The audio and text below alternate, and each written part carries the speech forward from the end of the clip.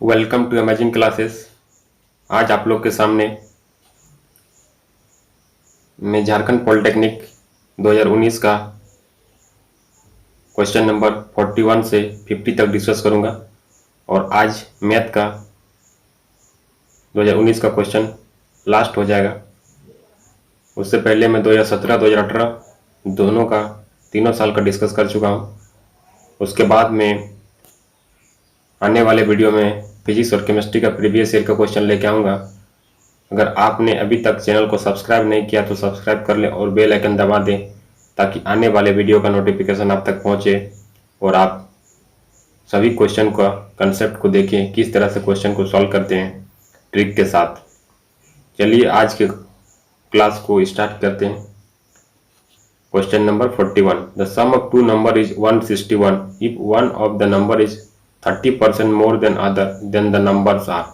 दो संख्याओं का योग 161 है, यदि इन संख्याओं में से एक दूसरे से 30% अधिक है तो वो संख्याएं हैं। क्या संख्या होगा?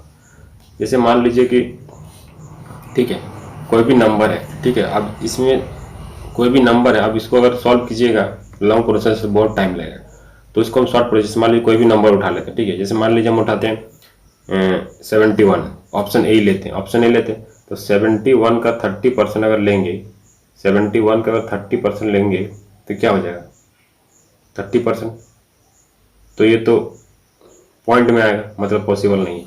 ठीक है, क्योंकि पॉइंट में नहीं आ सकता। ठीक है, एक जीरो गया तो पॉइंट में आएगा, तो पॉइंट में पॉसिबल नहीं है। ठीक है, और अगर मान लीजिए ऑप्शन बी लेते हैं 70 का अगर 30% करेंगे तो क्या हो जाएगा, एक जीरो से एक जीरो कैंसिल, मतलब क्या है 21। माने 70 में अगर 21 ऐड करेंगे तो 91 आ जाएगा। इसका मतलब क्या है, ऑप्शन बी जो है आपका राइट आंसर हो गया। ठीक है, ऑप्शन बी।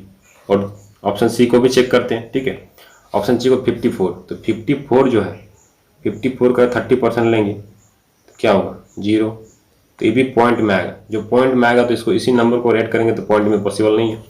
60 का अगर 30% लेंगे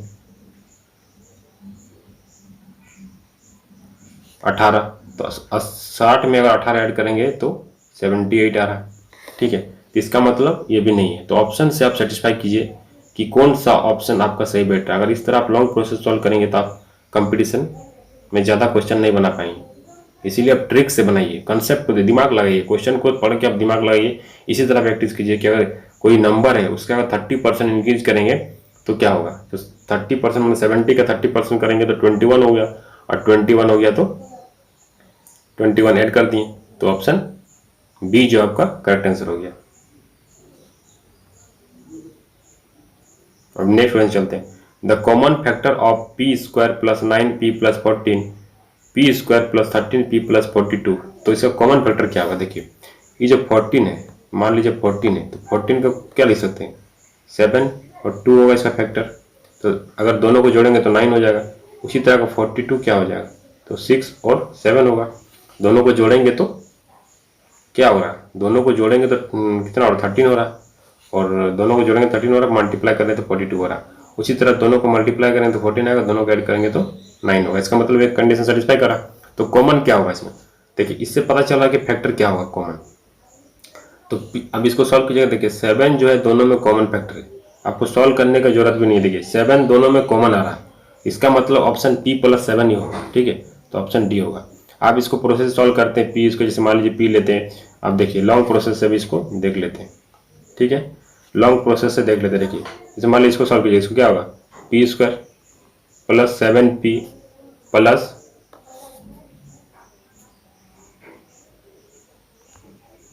लॉन्ग प्रोसेस से देख लेते हैं। ठीक है, P square plus 7p plus 2p equal to 14, p common ले लेंगे तो p प्लस 7, यहाँ से 2 कॉमन ले लेंगे तो p प्लस 7, तो क्या आएगा p प्लस 2 और p प्लस 7, तो कॉमन फैक्टर है। तो उसी तरह उसको भी सॉल्व करेंगे इक्वेशन 2 को, तो इसी तरह कॉमन फैक्टर आएगा p प्लस 7। यही बोला है कि दोनों में फैक्टर कॉमन क्या है, तो p प्लस 7 जो है आपका राइट आंसर हो जाएगा। और अब ट्रिक जो पहले इससे पहले हम बताया, दोनों मेथड इंपॉर्टेंट है।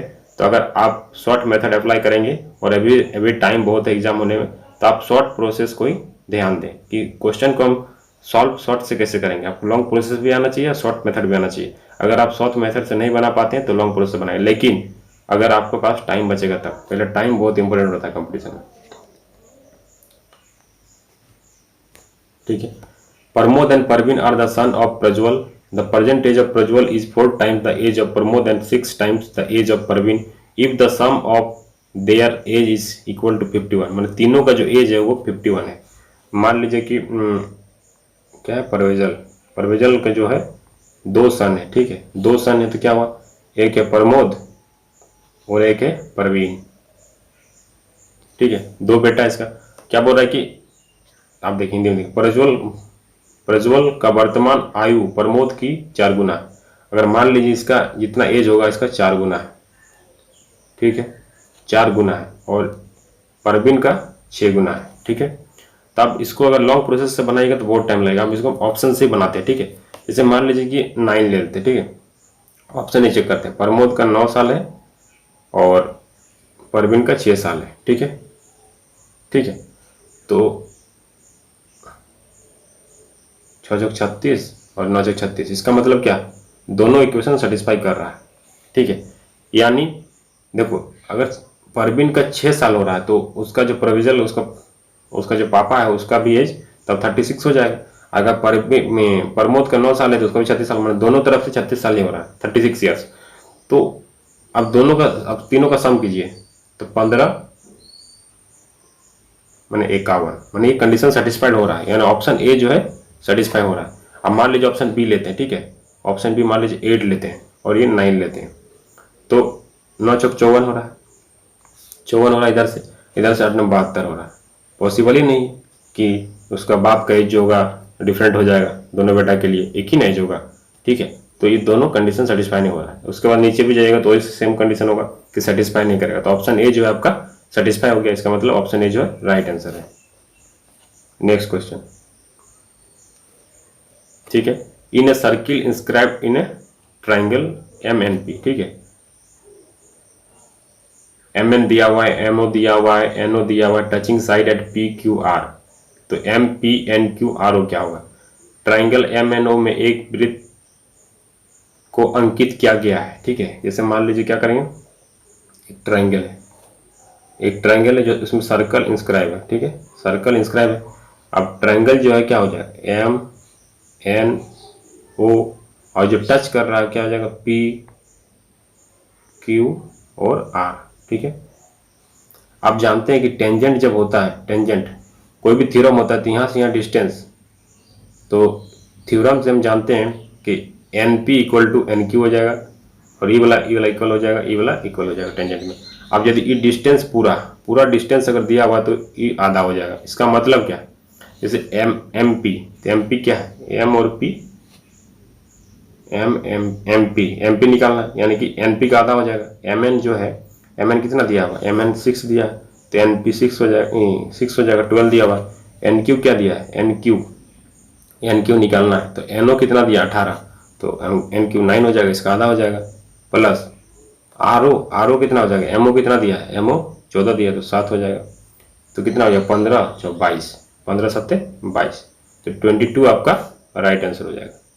ऑप्शन सी जो है राइट आंसर हो गया।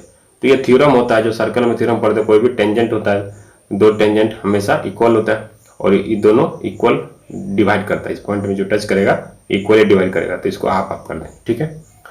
तो देखा किस तरह के क्वेश्चन, ट्रिकी क्वेश्चन पूछे जाते हैं। कंसेप्ट आपको जानना बहुत जरूरी है। आप अगर कंसेप्ट नहीं जानेंगे, सब थ्योरम नहीं जानेंगे, तो आप क्वेश्चन को सॉल्व नहीं कर सकते।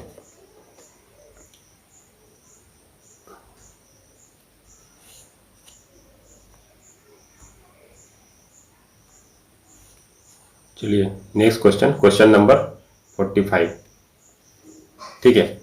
The angle between the hand of clock when the time is 4 o'clock। जैसे मान लीजिए कि 4 बज रहा है, ठीक है, तो 4 ही ना बजेगा, ठीक है। अब मान लीजिए पूरा घड़ी में 12 आवर होता है, तो 360 को अगर पूरा ये एंगल कितना बनाएगा, 360, तो 12 आवर होगा तो 12 से डिवाइड कर देंगे तो 12 36, मतलब 1 घंटा जो होता है, मैंने 12 से 1 गया, 2 गया, 3 गया, तो यहाँ से जो यहाँ 30 डिग्री होता है, तो यहाँ पर जो 3 बचता है तो क्या 90 डिग्री हो रहा है, तो 3 रेशियो बराबर 90 डिग्री हो रहा है, तो 1 रेशियो बराबर 30 होगा, तो 4 रेशियो चाहिए यानी कि 120 डिग्री हो जाएगा। देखिए क्वेश्चन देखिए, अब अगर मान लीजिए हमको पता नहीं है तो क्लियर दिख रहा है 12 3 में कितना 90 डिग्री हो रहा है, कितना काटा हो रहा है 3 रेशियो, तो 3 रेशियो बराबर 90 है, तो 1 रेशियो बराबर 30 है। हमको पूछा क्या 4 रेशियो है 4 तक, तो 4 रेशियो है तो 4 के 12 यानी कि 120 जो है आपका राइट आंसर हो जाएगा। ऑप्शन डी जो है आपका राइट आंसर हो जाएगा। क्वेश्चन नंबर 46 देखिए, sine theta plus cosec theta equal to 2 है, तो ये कंडीशन कब सेटिस्फाई होगा, जब साइन 90 होगा। जैसे मान लीजिए साइन को क्या लिख सकते हैं साइन थीटा, साइन को क्या लिख सकते हैं साइन थीटा, और कोसेक थीटा को क्या लिख सकते हैं 1/sin थीटा। तो ये कंडीशन कब सेटिस्फाई होगा, जब थीटा इक्वल टू 90 होगा, जब साइन थीटा का वैल्यू 1 होगा तभी ये कंडीशन सेटिस्फाई होगा। इसका मतलब यहाँ भी 1 यहाँ भी 1, ठीक है, मैंने साइन थीटा 90 हो गया। उसी तरह अगर मान लीजिए इसको करेंगे तो 1 + 1 ही होगा, चाहे स्क्वायर हो चाहे कुछ भी पावर हो, 1 का स्क्वायर 1 का कुछ भी पावर हो तो 1 ही होगा। तो ऑप्शन 2 जो है आपका राइट आंसर हो जाएगा। तो ऑप्शन 2 जो है आपका राइट आंसर हो जाएगा। तो इस तरह के क्वेश्चन, ट्रिग्नोमेट्री के क्वेश्चन, एपीजे सभी तरह के क्वेश्चन अक्सर एग्जाम में पूछे जाते हैं। इस तरह के क्वेश्चन आप कंसेप्ट तो देखिएगा किस तरह सॉल्व कर रहे हैं। नेक्स्ट क्वेश्चन, अब देखिए नेक्स्ट क्वेश्चन क्या है, 2 vertex of triangle are 1, 3 and 4, -5 if its centroid is 4, 7, 2 then the third vertex। अब देखिए तीनों वर्टेक्स दिया हुआ है, जैसे मान ली ए बी सी, ए क्या है 1, 3, बी क्या है 4, -5 और इसको पता नहीं, और जी जो है सेंट्रोइड है, सेंट्रोइड क्या है 7, 2। तो आपको पता है सेंट्रोइड का फॉर्मूला जो होता है क्या होता है, x1 + x2 + x3/2 y1 + y2 + y3/3, ठीक है, ये कंसेप्ट होता है। तो इसको आप कैसे सॉल्व करेंगे, देखिए सबसे पहले क्या करेंगे,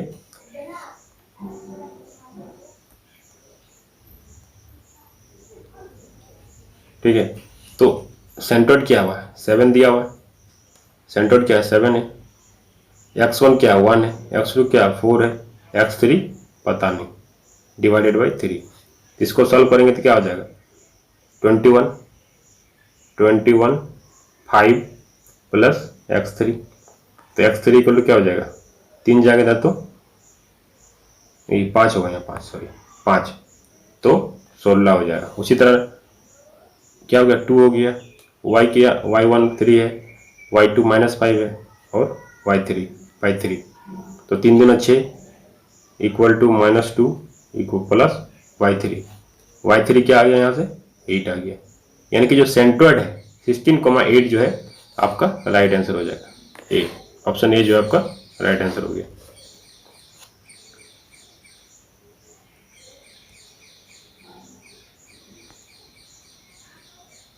question number 48, which of the following is always true with respect to parallel line. समांतर रेखाओं के संबंध में इनमें से कौन सा वाक्य सर्वथा सही है। देखिए, sum of their slope is 0, difference of their slope, हमेशा डिफरेंस जो स्लोप होगा वो 0 होगा। आप इसको, ठीक है, इसको याद रखना है, डिफरेंस ऑफ स्लोप जो है वो 0 होगा। ऑप्शन बी जो है आपका राइट हो जाएगा, 48 का बी ऑप्शन, उनके ढलानों का शेष 0 होता है, ठीक है। तो ऑप्शन बी जो है आपको याद रखना है, और बाकी सब ऑप्शन रॉन्ग है, तो ये ऑप्शन याद कर लीजिएगा इसको, ठीक है। Next question, 2 sin 60 cos 30 cosec 45 / 10 45 cos 45 और sin 45, इसका वैल्यू निकालना।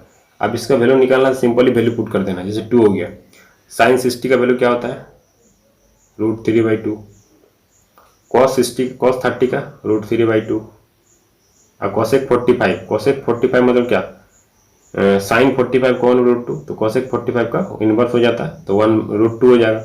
tan 45 का 1, cos 60 का दैट इज 1/2, और sin 45 का 1/√2, तो 2 से 2 कैंसिल हो गया, ठीक है, और √3 3 हो जाएगा, और √2 ऊपर रह गया और ऊपर चला जाएगा 2 × 2 चला जाएगा ऊपर, और नीचे 2 चला जाएगा, तो 2 से 2 कैंसिल हो जाएगा, तो √2 हो गया, 2 × 3 6, तो 6 जो है आपका राइट आंसर हो जाएगा। ऑप्शन ए जो है आपका राइट आंसर हो जाएगा। तो 49 का ऑप्शन ए जो है राइट आंसर हो जाएगा। Next question, question number 50, last question. The sum of first 20 odd natural number is. पहले 20 विषम प्राकृतिक संख्याओं का योग क्या होगा। जैसे मान लीजिए 2 नंबर लेते हैं, 1 + 3 ऑड नंबर, तो क्या हो गया, 4 हो गया। 4 हो गया ना, 4 हो गया। इसका मतलब क्या, मान लीजिए 1 + 3 + 5 लेते हैं, कितना हो जाएगा 9। उसी तरह 1 + 3 + 5 + 7 लेंगे तो कितना हो जाएगा 16। उसी तरह प्लस और थर्ड लेंगे तो 9 हो जाएगा, 16 9 25।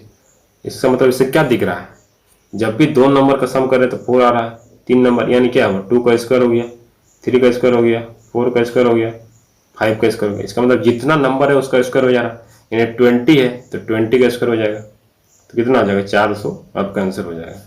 तो ऑप्शन डी जो है, मैंने जब भी कोई भी सम ऑफ ऑड नेचुरल नंबर आएगा तो उसका फॉर्मूला होता है n स्क्वायर। जितना नंबर होगा, जितना नंबर तक पूछेगा उसका स्क्वायर कर देना है। तो आपने देखा कि मैं पूरा क्वेश्चन प्रीवियस ईयर का डिस्कस कर चुका हूँ। झारखंड पॉलिटेक्निक 2017, 2018, 2019 मैथ का मैं पूरा क्वेश्चन डिस्कस कर चुका हूँ। अब मैं आने वाले वीडियो में फिजिक्स या केमिस्ट्री का लेके आऊँगा प्रीवियस ईयर का क्वेश्चन, और उम्मीद करता हूँ कि आप लोग को कंसेप्ट समझ में आ रहा है और आप पढ़ाई को एंजॉय कर रहे हैं। और आपको अगर आप इस वीडियो को दोस्तों तक पहुंचाएं, शेयर करें और दोस्तों को बताएं, और आप भी अच्छा से पढ़ें और आप क्वेश्चन को प्रैक्टिस कीजिए। कोई भी सेट लीजिए, उसको प्रैक्टिस कीजिए, ताकि आपका कंसेप्ट क्लियर हो जाएगा और टाइम बहुत ही कम टाइम लगेगा क्वेश्चन को सॉल्व करने में। अगर आप प्रैक्टिस नहीं करेंगे तो एग्जाम में आपको टाइम ही नहीं मिलेगा, आप ज़्यादा क्वेश्चन अटैम्प्ट भी नहीं कर पाएंगे। जिस क्वेश्चन में आपको टाइम लगता है उस क्वेश्चन को आप कभी भी एग्जाम में अटैम्प्ट ना करें, और नेगेटिव कभी भी नहीं मारे। जितना आता है उतना ही बनाए, चाहे सिलेक्शन हो या नहीं हो, लेकिन आपको जितना क्वेश्चन आता है आप उतना ही बनाए, ईमानदारी से बनाए, ठीक है। और कोशिश करें कि जिस क्वेश्चन में टाइम ज़्यादा लगेगा उस क्वेश्चन को आप स्किप कर दें, उसको बाद में अटैम्प्ट करें। फर्स्ट अटैम्प्ट में क्या करें कि आप सिंपली जो इजी क्वेश्चन है, जो तुरंत बन रहे हैं 50 सेकंड तक, मान लीजिए 1 मिनट तक, जो क्वेश्चन अगर 1 मिनट तक बन रहे हैं उसी क्वेश्चन को पहले अटैम्प्ट करें। उसके बाद जो क्वेश्चन नहीं बन रहे हैं, जो लेंथी लग रहा है, उसको आप छोड़ दें, उसको सेकेंड अटैम्प्ट में अटैम्प्ट करें, ताकि आपका टाइम सेव होगा और ज़्यादा से ज़्यादा क्वेश्चन आप अटैम्प्ट कर सकेंगे। Thank you.